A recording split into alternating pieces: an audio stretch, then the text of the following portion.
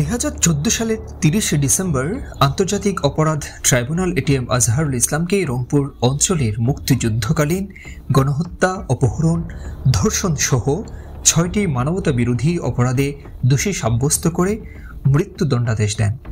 পরে 2025 সালে তিনি আপিল করেন, যা 2019 সালে আংশিকভাবে বহাল থাকে। আজ 2025 সালে 27 মে প্রধান বিচারপতি ডক্টর সৈয়দ রেফাত আহমেদের নেতৃত্বাধীন 7 সদস্যের আপিল বেঞ্চ আজহারুল ইসলামকে খালাস দেন। আদালত পর্যবেক্ষণে উল্লেখ করেন, সাক্ষ্য প্রমাণ পর্যালোচনা ছাড়াই তাকে মৃত্যুদণ্ড দেওয়া হয়েছিল, যা বিচারের নামে অবিচার বলে অভিহিত করা হয়।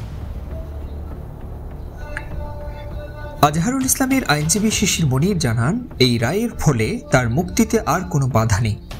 আদালত নির্দেশ দিয়েছেন, যদি তার বিরুদ্ধে অন্য কোনো মামলা না থাকে তবে তাকে অবিলম্বে মুক্তি দিতে হবে। এই রায় বাংলাদেশের রাজনৈতিক অঙ্গনে ব্যাপক আলোচনার জন্ম দিয়েছে। জামায়াত ইসলামীর পক্ষ থেকে রায়কে বিচার বিভাগের সাহসী পদক্ষেপ হিসেবে অভিহিত করা হয়েছে। অন্যদিকে মুক্তিযুদ্ধের পক্ষের সংগঠনগুলো রায় নিয়ে উদ্বেগ প্রকাশ করেছে। এটিএম আজহারের খালাস বাংলাদেশের বিচার ব্যবস্থায় একটি নতুন দৃষ্টান্ত স্থাপন করেছে। এটি ভবিষ্যতের মানবতা বিরোধী অপরাধের মামলাগুলোর বিচার প্রক্রিয়ায় কী প্রভাব ফেলবে তা সময়ই বলে দেবে।